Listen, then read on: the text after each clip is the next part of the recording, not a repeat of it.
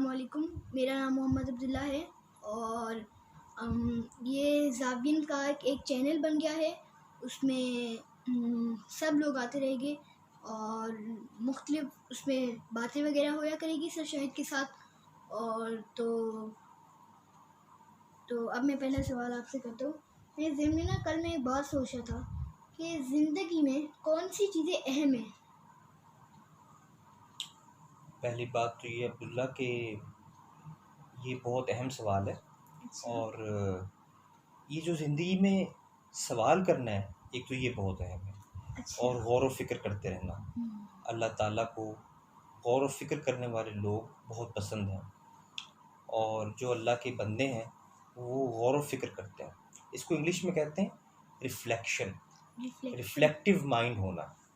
तो reflective mind जो है वो गौर करता है अपने ऊपर भी, अपनी ज़िंदगी पे भी, अपनी ज़िंदगी में होने वाले वाक़यात पे भी, और इस कायनात पे भी। और फिर उसमें वो अल्लाह ताला के निशान देखता है, अल्लाह ताला के साइंस, अच्छा। अल्लाह ताला की निशानियाँ। निशानी के लिए अरबी में आयत का लफ्ज़ भी आया है। ये आयत का एक मतलब तो वो आयत है ना, वर्स कुरान पाक की आयत हम कहते हैं, निशानी को आयत कहते हैं। और अरबी में निशानी को भी आयत कहते हैं। तो हाँ। आयातुल्लाह का मतलब यानी एक ये भी है कि अल्लाह ताला की निशानियाँ। अब वो कहाँ कहाँ हैं निशानियाँ? एक सवाल मेरे ज़हन में आता है कि अल्लाह की निशानियों से क्या मुराद है?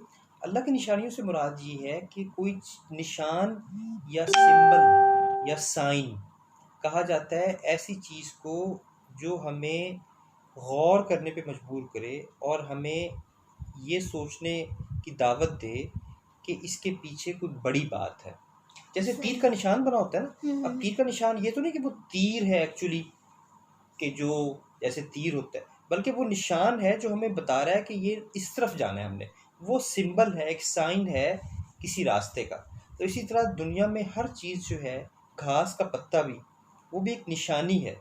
हम गौर कर सकते हैं कि ये सब कुछ क्या है, ये सब कुछ क्यों है। घास भी अल्लाह की निशानी है? हाँ, घास भी अल्लाह की निशानी जो है। अल्लाह ने दी हम भी अल्लाह की निशानी हम भी अल्लाह की निशानी है, और हमारे अंदर भी अल्लाह ताला की निशानी है। इसलिए जब हम कोई अच्छा मंजर देखते हैं तो हम कहते हैं ये अल्लाह की निशानी है। बिल्कुल बिल्कुल। तो अल्लाह ताला की निशानियाँ हमारे ज़िंदगी में होने वाले वाक़यात पे होते हैं। बाज़ औक़ात हम कोशिश करते हैं और कामयाब नहीं होते, बाज़ औक़ात कोशिश करते हैं और कामयाब हो जाते हैं।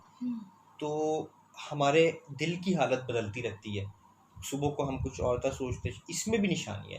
तो जैसे दिन रात और मौसम बदलते हैं, ये निशानी है बहुत बड़ी, कि सर्दी कैसे आई, गर्मी कैसे आई, बाहर किस आजकल जैसे यहाँ मौसम चल रहा है। हत्ता कि जो परेशानियाँ आती हैं वो भी निशानियों में से। बीमारियाँ, आज का कोरोना आया हुआ है, तो ये भी एक तरह से निशानी है कि वायरस जो है वो क्या चीज़ है। हाँ, क्योंकि वायरस जो है वो, अब आप देखो कि वो कोई ज़िंदा चीज़ नहीं है। वो ज़िंदगी और गोया यानी जो ज़िंदगी नहीं है उसके दरमियान की कैफियत है, और वो ज़िंदा चीज़ों जैसी खुसूसियात भी कुछ हालात में पैदा कर लेता है अपने अंदर, और दूसरे इन्वायरमेंट में, दूसरे माहौल में वो बेजान चीज़ों की तरह हो जाता है। तो और उसने किस तरह उस इंसान को जो अपनी अक्ल और शऊर और वसाइल और टेक्नोलॉजी के लिहाज से सबसे आगे है इस वक्त कायनात में, तो समझ लें वो उसके हाथों परेशान है, कि जो बिल्कुल एक ऐसी चीज़ है जो हम कहते हैं कि ज़िंदा भी है या नहीं है। तो इसमें भी एक निशानी है। फिर इंसान इसका इलाज दरियाफ्त कर लेगा, कोशिश कर रहा है, वो कोशिश भी निशानी है। जब इसका इलाज दरियाफ्त हो जाएगा वो खुद एक निशानी है। इसमें जो लोग यानी बीमार होते हैं, बीमारी कैसे आती है, रिकवरी कैसे जाती है, दवाई कैसे असर करती है, ये सब कुछ निशानियाँ ही तो है बेटा, ये सब कुछ निशानियाँ हैं। तो रिफ्लेक्टिव माइंड पैदा करना ये ज़िंदगी में ज़रूरी है। ज़िंदगी में सबसे अहम बात जो है वो रिफ्लेक्टिव माइंड पैदा करना, गौर व फिक्र की हिस्स पैदा हो जाए हमारे अंदर। इसी के लिए असल में तालीम है। तालीम का असल में मकसद ऐसा जहन पैदा करना ही है। महज किताबों को याद कर लेना जो है ये इल्म नहीं है। इल्म का असल मकसद ये है कि हम रिफ्लेक्टिव माइंड पैदा कर लें। वाज़ेह है ना बात? हाँ जी। बस आज के लिए मेरे ख्याल में इतना काफ़ी है कि रिफ्लेक्टिव माइंड हमने पैदा करना है और गौर करना है इस कायनात पे भी। अब ये निशानियाँ दो तरह की हैं, अगर आप कहो तो ये बात भी मुकम्मल करें। एक यानी जैसे हमने कहा कि कुरान पाक में भी लफ्ज़ हैं, एक लफ्ज़ है अनफुस। अनफुस का मतलब है कि हमारे अंदर, हमारे नफ्स के अंदर कुछ निशान, और एक है आफाक। आफाक वैसे तो जमा है उफक की, उफक कहते हैं होराइजन को, होराइजन इंग्लिश में। होराइजन का मतलब ये होता है कि अगर हम दूर देखें, समंदर और आसमान के दरमियान जहाँ ज़मीन और आसमान मिल रहा हो। वैसे ये बात सही है कि समंदर में अगर देखें तो वहाँ पे ज़्यादा क्लियरली हमें नज़र आता है कि आसमान और ज़मीन मिल रहे हैं, क्योंकि वो हद नज़र तक, आजकल तो बड़ी बड़ी इमारतें बन गई और उन्होंने हमारा व्यू ब्लॉक कर दिया।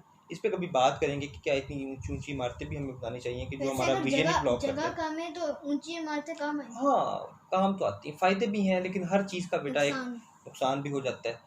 तो अगर तो ज़रूरत है फिर वहाँ बनाई जाए, लेकिन बिला ज़रूरत अगर बना रहे हैं शॉपिंग मॉल्स वगैरह तो उसके नुकसानात भी हैं फिर, ठीक है ना। इंसान ने अपनी, क्योंकि जब इंसान सितारों को देखता है, समंदर को देखता है, पहाड़ों को देखता है, इस तरह के मंजर जो हैं ये बड़ी निशानियाँ हैं। तो जब इंसान हर वक्त शॉपिंग बस पे आ रहा है, ये चीज़ खरीद ली, ये खरीद लिया, मैं इधर आ गया, चीज़ों में जब हम रह जाते हैं ना तो हम अल्लाह की निशानियों से कट जाते हैं, और अल्लाह की निशानियों से कट जाते हैं तो फिर आहिस्ता आहिस्ता अल्लाह से भी कट जाते हैं। तो इसलिए यानी हमें अपनी जो मसनूई ज़िंदगी है उससे बाहर निकल के जब हम नेचर की तरफ जाते हैं तो नेचर में बहुत निशानी है अल्लाह ताला की, ठीक है। तो इसलिए पुराना जो इंसान था, सहरा में डेजर्ट कितनी बड़ी निशानी है, रेत ही रेत, किस तरह रेत है और किस तरह वो उड़ता है और उसमें तूफ़ान कैसे आते हैं। तो इंसान के दिल पे फिर इन चीज़ों का एक असर पड़ता है और वो गौर करता है। इस तरह का गौर असल में चाहिए इंसान को, आज के इंसान को।